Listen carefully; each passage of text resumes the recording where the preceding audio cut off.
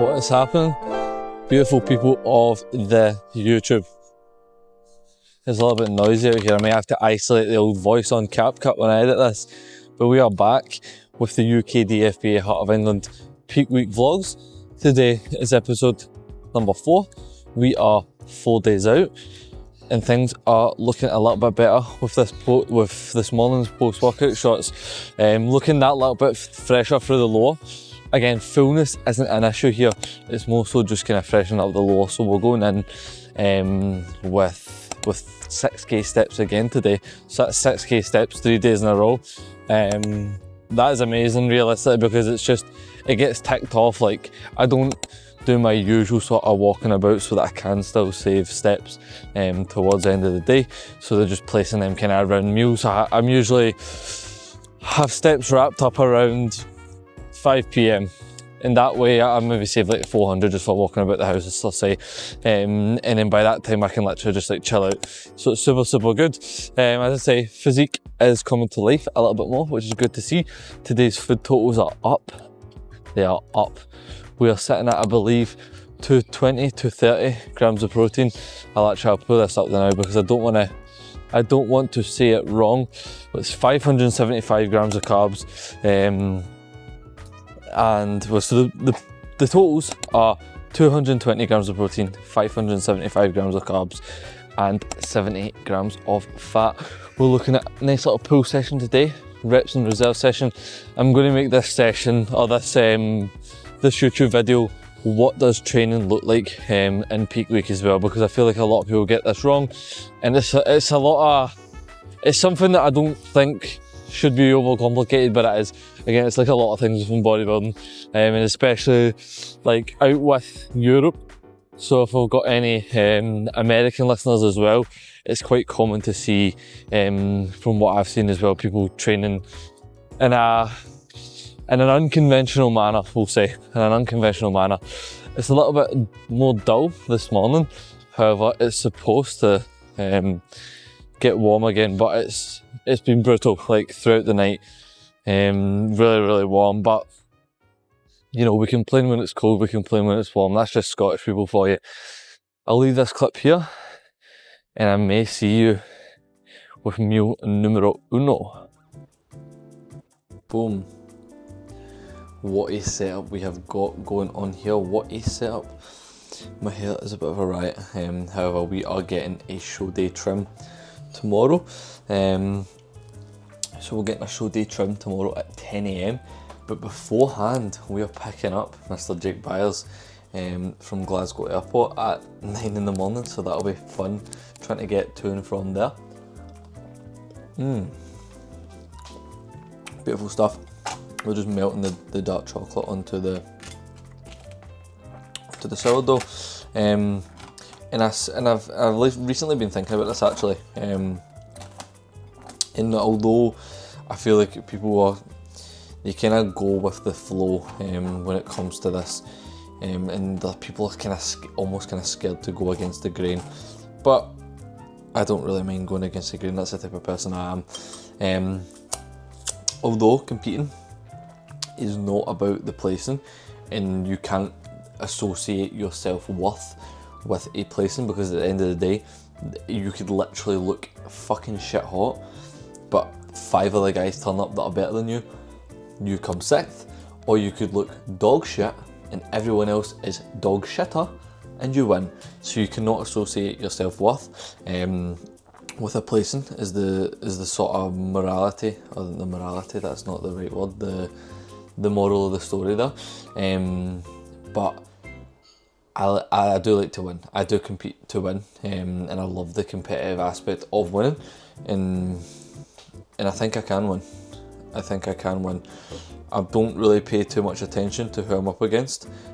So if anyone that is competing against me is watching this, please do not take that. Please do not take offence to that. I'm just confident in my ability. But that is where we're at. I think I can win. If I don't win, I don't win. Simple as that. But I think I do have the potential to win, is what I'm trying to say. So yeah, I'll leave this clip here.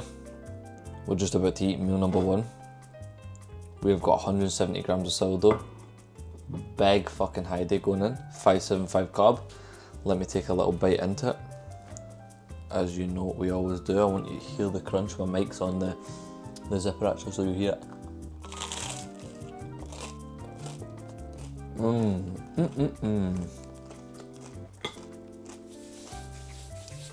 Sensational stuff.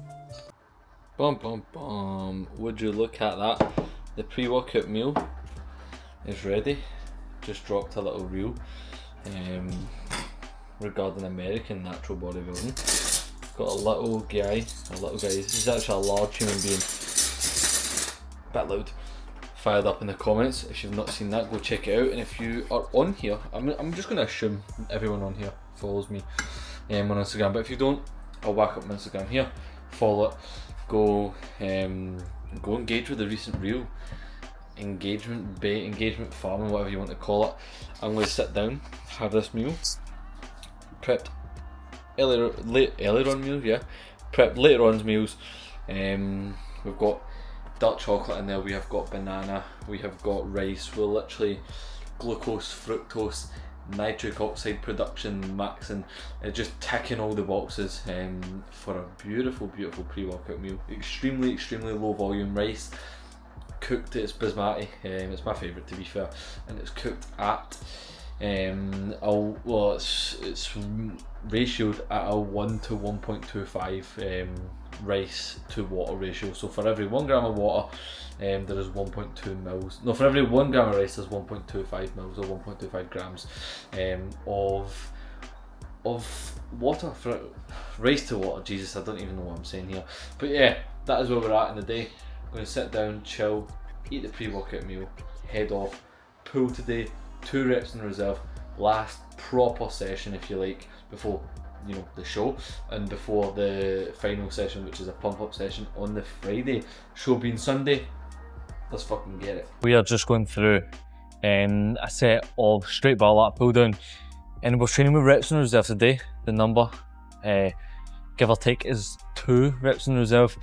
And a point that I would like to make with this is simply, before even adopting the reps in reserve sort of training style, training sort of methodology, whatever term you want to place over it, I think you first need to take your sets all the way there, and even in some places take it beyond failure.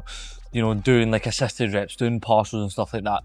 Because if you do not take it all the way there, you do not know how much reps in reserve you're leaving. Realistically, you have to push it so fucking far to then be able to then scale it back from then. Like realistically, if you look at most people's training, they're training with reps in reserve anyways, and then they are trying to put the reps in reserve blanket on things, and then they end up just training with less and less intensity, and before you know it, they're literally like 5 and 6 reps in reserve when they're calling it 1 and 2.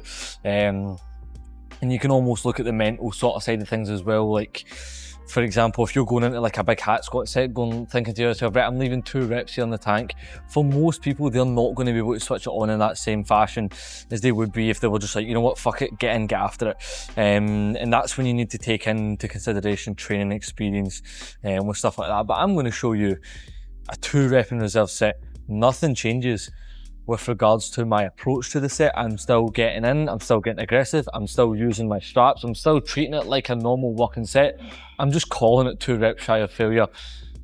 Let's get it.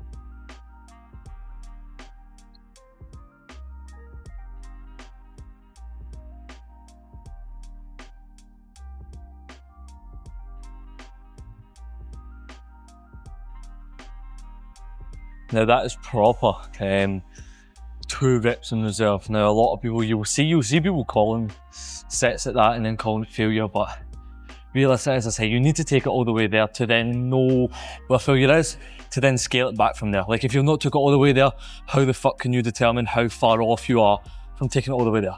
It genuinely is super, super backwards. But again, that's just my sort of approach with it. So yeah, I'll leave this clip here. What's happening, my people? How are we doing? We're back after training. We've done a little bit of work, edited yesterday's YouTube video, just about to get on and edit today's video when I wrap this clip up here and then go and head for meal number 4. Time is currently 4 o'clock. I'll just edit the YouTube and then after that we'll chill out, probably watch something on the TV, play a little bit of the Xbox, depends if the boys are coming on, who knows. However, I just wanted to kind of finish it up with regards to peak week training. Obviously I showed you what 2 reps in reserve actually looks like, and I gave like my kind of pointers on that and how I think that, you know, you can't really gauge reps in reserve if you've never taken it all the way there. Like how can you say how far away from something you are if you've never taken it to that something? To me, it doesn't make any sense, and when you say it like that, I think that really would hit home with a lot of people. So yeah, that's my kind of take on sort of reps in reserve training as a whole. But peak week training, as you may notice, it's not that I have less control in the eccentric portion, but not wanting to spend more time than what is necessary in the eccentric portion. Realistically, this is where most of the muscle damage will be taking place, and that's not going to be able to be productive and, you know, presenting like a fuller sort of look on stage. So that is why that is done. Eccentrics should only be as long as they need to be, and realistically most of the time should be dictated by how long it takes you to get a brace in, and no longer realistically, because what more do you get from that? Absolutely sweet fuck all. That's just my kind of take. With that, obviously peak week as well, you could look at, obviously as I said, forms of training like reducing intensity, training with reps in reserve, reducing, you know, eccentric loading, reducing overall volume as well. Now this is all things that should be managed on a really individual basis. Realistically, there should never be like a you should do this on peak week and you should do that on peak week. It's almost like a kind of ever-changing plan based on how you're looking, how you're feeling, etc, etc. But this is just some kind of methods with regards to training that you could look to sort of incorporate, and if not, if you've obviously not taken out stuff like set extenders throughout prep, and that's something that I like to take out the minute a diet starts, then I would do so as well on peak. We can probably keep it out for the time being too. But that is all for this video. I'm going to wrap it up here. I'm going to just get kind of chilled out after I edit this YouTube video.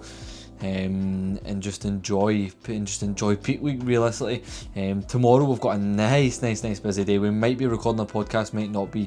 Mr. Bidon is on the busier side of things, if I could speak Jesus. We're going to go pick up Mr. Jake Byers. I'm going to prep tomorrow's meals today as well. I'm going to just jump down. I'll just be prepping 2 meals because all the other meals I can just make up on the spot because they are like whey and oats and whey and sourdough, and that suits me really well as well because I don't know what food's going to be like tomorrow, and I can just kind of adapt it from there. All I know is it's going to be a little bit lower. That's all good with me. I'll take a meal with me because I'll probably end up at Leo's after dropping Jake off as well. So we'll see where the day takes us tomorrow. It'll be a very good one. We'll have Mr. Jake Byers. I'm assuming we'll be saying hello on the YouTube, and then it's almost kind of travel mode realistically because it's Thursday and then the travel day is Friday. Fuck, it's so exciting prepping. I actually can't wait till just the whole travel. I just fucking love it. It's absolutely peak. The whole show weekend experience, and that's what I was saying as well. I can't remember who I was saying it to earlier on, but literally for most of the time you're going to be on stage, sometimes as little as 7 minutes up to maybe like 20 odd minutes. You need to soak in the full experience of the weekend, and you can't just, you know, solely base how good your whole weekend show weekend experience is based on like the placing and stuff like that, as I was kind of touching on earlier on. But yeah, it's a super fun experience. I can't wait to do it over and over again. Can't wait to do it with my own athletes next season. Let's fucking get it. This is the ending to today's YouTube video. I will see you tomorrow for a nice little busy one. Show day trim, meeting Jake Byers at the airport, picking him up. Gonna probably grab another monster as well. We might grab the Ultra Guava one because the local has got that as well. Shout out the guy at the local shops, don't even know his name. He's an absolute G. That is all. See you soon.